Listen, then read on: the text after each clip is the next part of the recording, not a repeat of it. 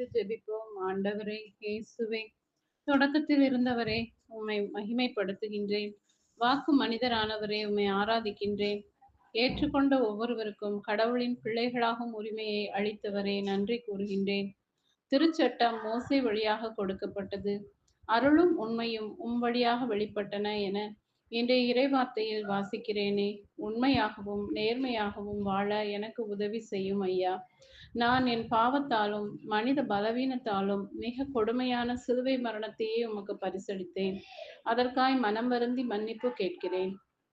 இயேசுவே, இந்த வருடம் முழுவதும் உமது எல்லையற்ற அன்பினால் வாழ்வு தந்தமைக்காக உமக்கு நன்றி கூறுகின்றேன். நான் பிறருடைய ஈடேற்றத்திற்காகவும் உமது புகழ்ச்சிக்காகவும் அயராது உழைத்திட அருள் தாரும். நானோ உமது அன்பிற்கு தகுதியற்றவன். மனித பலவீனத்தால் மீண்டும் மீண்டும் பாவத்தில் வீழ்கிறேன். துன்பங்கள் சோதனைகள் என்னை துரத்தும் போது சோர்வடைந்து உம்மை விட்டு பிரிந்து செல்கிறேன்.